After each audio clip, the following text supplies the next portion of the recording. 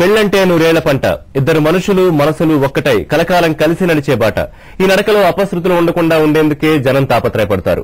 అటేడు తరాలు ఇటేడు తరాలు పరికించి మంచి సంబంధాన్ని ఎంపిక చేసుకుంటారు. జాతకాలను పరిశీలిస్తారు, ముహూర్త బలాన్ని చూసుకుంటారు, అవసరమైతే పేర్లు కూడా మార్చుకుంటారు. అయినా పెళ్లిళ్లలో ఎన్నో అపశృతులు, జాతకాలు, ముహూర్తాలు చూసుకున్నాక కూడా పెళ్లిళ్లు ఎందుకు పెటాకులవుతున్నాయన్నది ప్రశ్నార్థకం. పెళ్లిలో జాతకాలకు పెరిగిన ప్రాధాన్యత.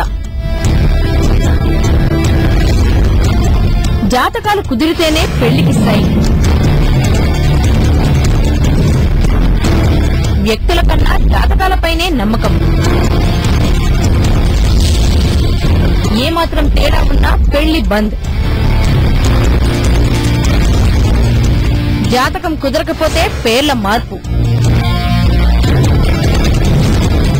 పేరు మార్చుకుంటే పెళ్లికి ఓకే.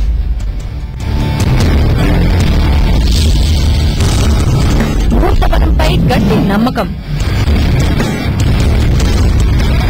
జాతకాలు పెళ్లిళ్లను రక్షిస్తాయా?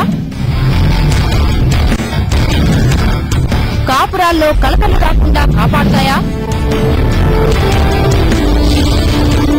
పేర్లు మార్చితే జాతకం ఓకే అవుతుందా? గ్రహబలం కూడా మారిపోతుందా?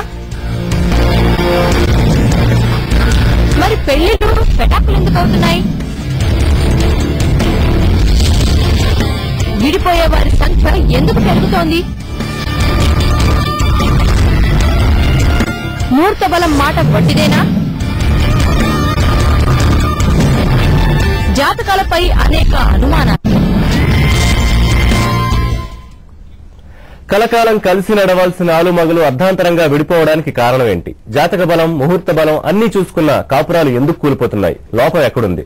దోషం ఎవరిలో ఉంది అనే అంశంపై 8 PM ప్రత్యేక చర్చ చూద్దాం. ఈ చర్చలో మనతో పాటు పాల్గొంటున్నారు శ్రీనివాస గార్గే గారు, ప్రముఖ ఖగోళ జ్యోతిష శాస్త్ర నిపుణులు, సంజీవ్ నెహ్రూ గారు, సంఖ్యాశాస్త్ర నిపుణులు, నరసింహాచార్యులు గారు, భవిష్యాచారిగా ఖ్యాతి పొందిన జ్యోతిష్కులు. నమస్కారం అండి, వెల్కమ్ టు మహా టీవీ స్టూడియోస్. ప్రముఖులతో చర్చలోకి వెళ్లే ముందు ఒక షార్ట్ బ్రేక్ తీసుకుందాం.